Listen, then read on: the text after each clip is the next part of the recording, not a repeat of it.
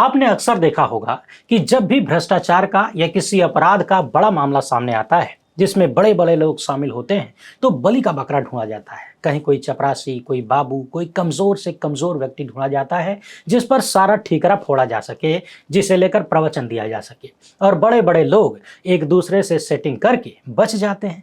ये कहानी इतनी प्रचलित है कि आए दिन फिल्मों में भी देखने को मिलती है। सरकार और राजनीति में तो हर दिन की कहानी है। मगर क्या आपको पता है कि यही मामला भारत की जुडिशरी में भी सिर से लेकर पांव तक हो चुका है, और ऊपर बैठे लोग जैसे ही नीचे वालों में से कहीं कोई गड़बड़ी पा जाते हैं, प्रवचन देना चालू कर देते हैं। जी हाँ, मैं बात कर रहा हूं भारत के वर्तमान चीफ जस्टिस सूर्यकांत की। हाल ही में एक मुख्य जिला न्यायाधीश की याचिका पर सुनवाई कर रहे थे, और सुनवाई के दौरान इन्होंने ऐसी टिप्पणी की जो चर्चा का विषय बन गई। कहने लगे कि रिटायरमेंट से ठीक पहले जज लोग छक्का मारने लगते हैं। अब छक्का लगाने का मतलब क्या है, इसे एकदम आसान भाषा में समझेंगे और ये भी देखेंगे कि जिन्होंने ये बात बोली है क्या उन्हें ऐसा बोलना चाहिए, क्या ऐसा बोलने का नैतिक अधिकार बचा हुआ है, और यदि बचा है तो उन दर्जन भर मामलों में क्यों नहीं बोलते जो कहीं ज्यादा गंभीर हैं, जिनके स्पष्ट सबूत दिखते हैं कथित रूप से, और दूसरों का तो छोड़िए, खुद अपने मामले में क्यों नहीं बोलते। जी हाँ, वर्तमान चीफ जस्टिस की इन बातों पर एकदम जोरदार चर्चा करेंगे। इसके साथ ही एक और बेहद महत्वपूर्ण विषय पर बात होगी, मगर उससे पहले आप ही से एक सवाल पूछना चाहता हूँ।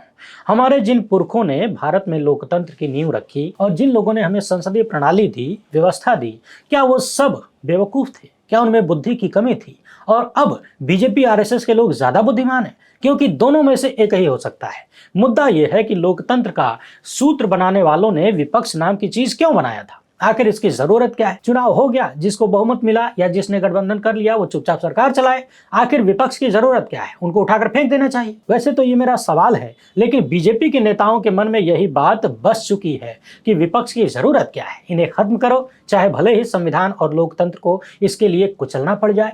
और देखिएगा कि कैसे नियम न होने के बाद भी भाजपा के लोग जबानी नियम पर विपक्ष को समाप्त कर रहे हैं। जी हाँ, मैं बात कर रहा हूं महाराष्ट्र के दोनों सदनों में नेता प्रतिपक्ष न होने की, साथ ही साथ देश की लोकसभा में एक नया इतिहास बनने की। आज की ये दोनों ही मामले बेहद गंभीर हैं। हो सकता है आपको लगे कि डायरेक्ट आपको प्रभावित नहीं कर रहा है, लेकिन ऐसा नहीं है। इसका प्रभाव आप पर इतना ज्यादा है कि सोचेंगे तो खोपड़ियां चकरा जाएगी, और सोचना जरूरी है। इसलिए आगे बढ़ने से पहले आप सभी से एक छोटी सी अपील है, पहली बार है तो चैनल को सब्सक्राइब करके घंटी बजा दीजिए टन से। हर एक वीडियो को लाइक और शेयर करना आपकी जिम्मेदारी है। इसके अलावा आपको पता है कि हम किसी धन्ना सेठ या राजनीतिक दल के दम पर नहीं चलते, तभी खुलकर आपके मुद्दों पर बात हो पाती है, चर्चा हो पाती है, आलोचना हो पाती है सत्ता में बैठे लोगों की। हमारा काम पसंद आता हो तो इस QR कोड या अपने मोबाइल नंबर का प्रयोग करते हुए जो भी हो सके आर्थिक सहयोग भेजने का प्रयास जरूर करें। बहुत बहुत धन्यवाद। सबसे पहले महाराष्ट्र की बात कर लेते हैं, इसके बाद चीफ जस्टिस के मामले पर चर्चा होगी। क्या आपको पता है कि किस तरह से महाराष्ट्र में एकदम अभूतपूर्व स्थिति बना दी गई है?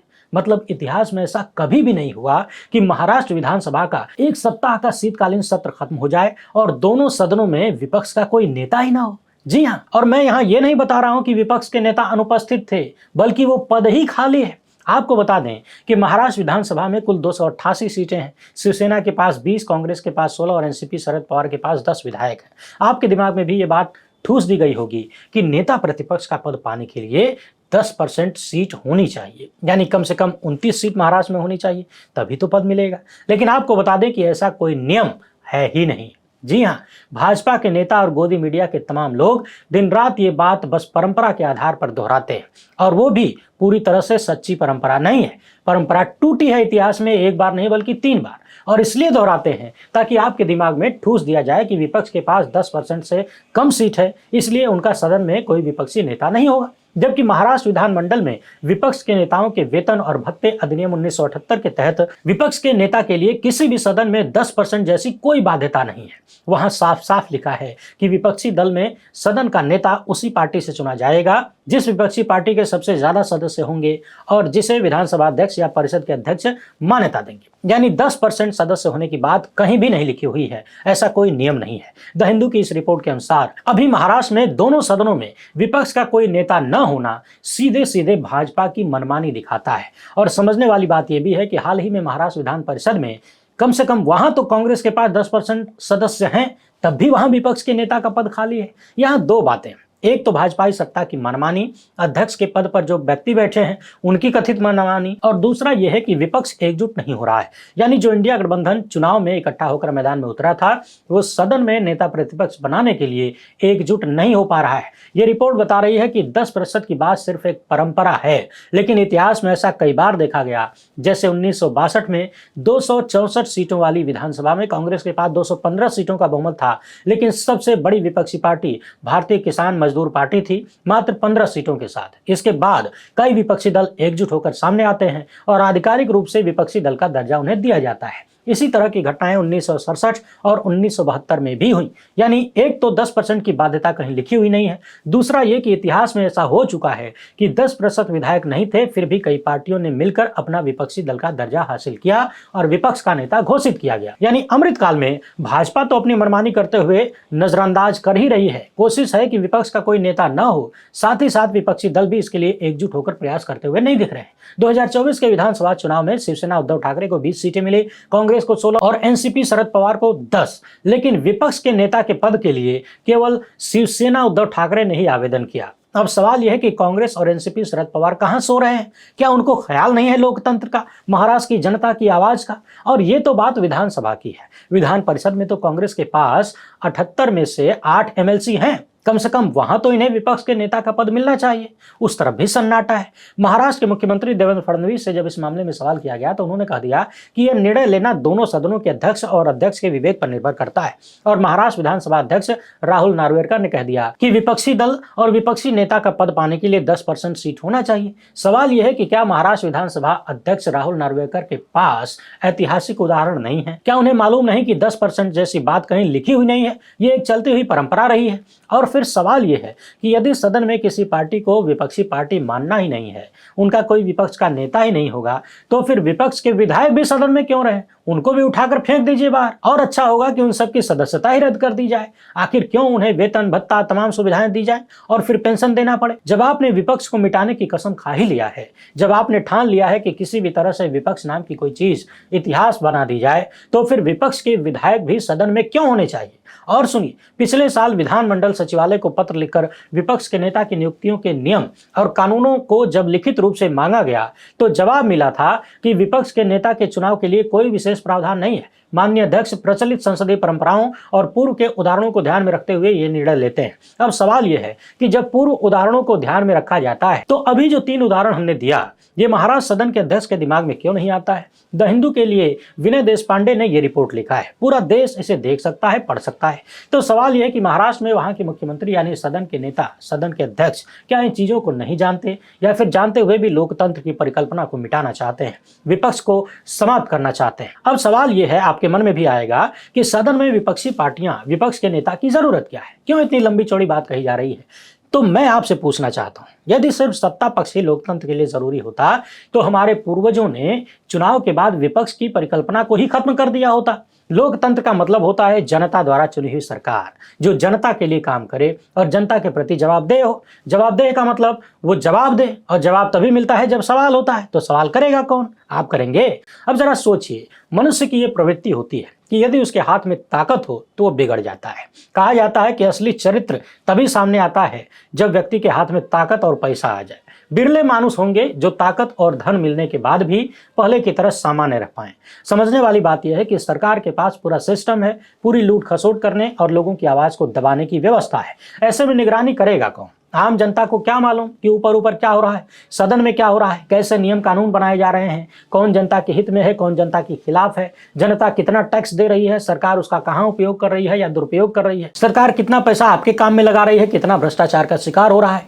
तो सरकार कायदे से काम करे, सत्ताधारी दल जिम्मेदार बना रहे, इसलिए उसकी चूड़ी टाइट करने के लिए विपक्ष की परिकल्पना लोकतंत्र में होती है। अब जब सदन के भीतर विपक्ष का कोई नेता ही नहीं होगा तो आपकी आवाज उठाएगा कौन, आपकी बात करेगा कौन, आपके लिए लड़ेगा कौन? वैसे भी आप जानते हैं जनता की बात ज्यादातर समय विपक्ष ही करता है, विपक्षी पार्टी ही करती है, और जैसे ही वो सत्ता में आती है अक्सर रंग बदल जाता है। फिर उस समय जो विपक्ष में होता है वो आपकी बात करता है। तो कुल मिलाकर समझने वाली बात यह है कि सदन में विपक्ष का नेता न होना लोकतंत्र के लिए बहुत नुकसानदायक है। इससे सरकार पर संवैधानिक नियंत्रण कम हो जाता है, बहस और आलोचना व्यक्तिगत विधायकों तक सीमित रह जाती है, जनता की आवाज संस्थागत नहीं हो पाती, यानी फाइनली नुकसान आप ही का है। अब सोचिए, प्रचंड महंगाई है, बोलेगा कौन? प्रचंड भ्रष्टाचार है, बोलेगा कौन? प्रचंड बेरोजगारी है, बोलेगा कौन? अरे भाई, आपकी आवाज़ सदन में कौन उठाएगा? और सदन में नहीं उठेगा तो पूरे राज्य में एक बात फैलेगी कैसे? समझने वाली बात यह भी है कि आज महाराष्ट्र में बिना विपक्ष के नेता के एक सप्ताह का शीतकालीन सत्र खत्म हो गया दोनों सदनों में। कल को देश के अन्य राज्यों में भी यही किया जा सकता है। और पूरे देश की लोकसभा में तो एक कांड पहले से चल रहा है। पिछले 2 कार्यकाल से लोकसभा में डिप्टी स्पीकर का पद खाली है और ये इतिहास में पहली बार हुआ है। प्रथम चुनाव से लेकर 16वीं लोकसभा तक हर एक सदन में एक उपाध्यक्ष बनाया जाता रहा है, लेकिन 2019 के बाद से मोदी शाह की जोड़ी ने उपाध्यक्ष नहीं बनने दिया, उपाध्यक्ष का चुनाव ही नहीं करवाया। अब आपके मन में आ रहा होगा कि वहां तो इनका बहुमत है, आखिर उपाध्यक्ष बनाने में क्या दिक्कत है? तो मसला यह है कि अब तक का जो इतिहास रहा है, जो परंपरा रही है, वो यही रही है कि जो सबसे बड़ी विपक्षी पार्टी है उसके किसी एक सदस्य को उपाध्यक्ष बना दिया जाता है। और यही शायद बीजेपी के लिए सबसे बड़ी समस्या है। भाजपा आरएसएस के लोग नहीं चाहते कि सदन में उपाध्यक्ष के पद पर कोई कांग्रेसी बैठ जाए या फिर कोई भी विपक्षी बैठ जाए। शायद उन्हें डर है कि फिर मनमाने ढंग से सदन चलाने में दिक्कत होगी। अभी तो ओम बिरला साहब एकदम जी हुजूरी करते हुए नजर आते हैं, 4 कदम आगे बढ़कर निकल जाते हैं, बीजेपी से भी ज्यादा बीजेपी का समर्थन करते हैं। झूठ बोलने में दिक्कत होगी, शायद तब कैमरामैन मनमानी न कर पाए, शायद तब सबको बराबर फोकस किया जाए कैमरे में, शायद तब ऐसा हो जाए कि जब प्रधानमंत्री बोलें तो खाली उन्हीं का चेहरा न दिखाया जाए और जब राहुल गांधी बोलें तो राहुल गांधी का चेहरा न दिखाया जाए, ये काम रुक जाए। इसलिए यहाँ उपाध्यक्ष का पद खाली ही रखा गया है। अब समझने वाली बात यह है कि महाराष्ट्र में नेता प्रतिपक्ष के पद को खाली रखने के लिए बिना नियम के सिर्फ परंपराओं को यही बीजेपी मान रही है, यानी वहां परंपरा चलेगी कि 10% होना चाहिए, लेकिन जब लोकसभा में डिप्टी स्पीकर बनाने की बात आती है तो वहां परंपरा भूल जाती है वही बीजेपी। डिप्टी स्पीकर के लगभग 7 साल होने वाले हैं, पद खाली है। अब आप सोचिए कि वर्तमान सत्ता बीजेपी आरएसएस के लोग लोकतंत्र से कितने घबराते हैं। इसी साल जून महीने में कांग्रेस अध्यक्ष मल्लिकार्जुन खड़गे ने प्रधानमंत्री को पत्र भी लिखा कि उपसभापति का चुनाव करवाइए, मगर आप तो जानते हैं हुजूर पर इन चीज़ों का कोई असर नहीं होता। अब जरा इधर नजर दौड़ाइए। पिछले दिनों सुप्रीम कोर्ट के चीफ जस्टिस ने एक गजब की टिप्पणी कर दी। उन्होंने कहा कि रिटायरमेंट से पहले जज लोग छक्का मारने लगते हैं और ये चलन बढ़ता जा रहा है, ये ठीक नहीं है। दरअसल चीफ जस्टिस मध्य प्रदेश के एक मुख्य जिला न्यायाधीश की याचिका पर सुनवाई कर रहे थे, जिसमें रिटायरमेंट से 10 दिन पहले ही जज को निलंबित कर दिया गया। अपने इस निलंबन को उन्होंने चुनौती दिया सुप्रीम कोर्ट में। ध्यान देने वाली बात यह है कि यह निलंबन उनके द्वारा दिए गए 2 न्यायिक आदेशों के कारण हुआ। अब सवाल उठा कि आदेश देने के लिए, यानी कोई फैसला करने के लिए किसी जज को निलंबित कैसे किया जा सकता है? सजा कैसे दी जा सकती है? अगर कोई फैसला पसंद ना आए, गलत लग रहा है, तो उसके खिलाफ ऊपरी अदालतों में जाने का रास्ता खुला है। भला जज को सजा कैसे मिल सकती है? इसी की सुनवाई के दौरान चीफ जस्टिस ने कह दिया कि रिटायरमेंट से ठीक पहले जज लोग छक्का मारना शुरू कर देते हैं, ये ठीक नहीं है। मैं इस मामले पर विस्तार से चर्चा नहीं करना चाहता, परंतु सवाल यह है कि आखिर भारत के चीफ जस्टिस इस मामले पर चर्चा करना क्यों नहीं चाहते? खबरें छप रही हैं कि चीफ जस्टिस ने न्यायपालिका के भीतर भ्रष्टाचार को लेकर एक चौंकाने वाली स्वीकारोक्ति की है, यानी उन्होंने स्वीकार किया है कि न्यायपालिका में भ्रष्टाचार खूब है। अब सवाल यह है कि निचली अदालत के जज ने फैसला दिया, कोई आदेश दिया, तो उस आदेश की वजह से उन्हें निलंबित कर दिया गया। इस बात पर चीफ जस्टिस ने कितनी बड़ी बात कह दी कि रिटायरमेंट के ठीक पहले जज लोग छक्का लगाने लगते हैं, यानी जाते जाते ज्यादा से ज्यादा बटोर लेना चाहते हैं। क्या बटोर लेना चाहते हैं हमको नहीं पता, आप लोग अंदाजा लगाते रहिए। मगर सवाल यह है कि चीफ जस्टिस ने निचली अदालत के एक जज को लेकर ऐसी बात कह दी, इतनी बड़ी बात कह दी, लेकिन हाई कोर्ट और सुप्रीम कोर्ट के मामले में आंखें मूंद क्यों ली जाती हैं? हायर जुडिशरी के भ्रष्टाचार पर इतनी चुप्पी क्यों है? अभी दिल्ली हाई कोर्ट के जस्टिस वर्मा के आवास से करोड़ों के जले हुए नोट पकड़े गए, आखिर उस मामले में ऐसी टिप्पणी क्यों नहीं आई और अब तक उस मामले पर कार्रवाई क्यों नहीं हुई, सजा क्यों नहीं मिली? वहां तो कैश पकड़ा गया था ना, और इस मामले में तो कैश का कोई जिक्र नहीं आता। सवाल यह है कि सुप्रीम कोर्ट से अब तक अमृतकाल के भीतर न जाने कितने जजों को रिटायरमेंट के बाद बड़े बड़े पदों पर बिठाया गया।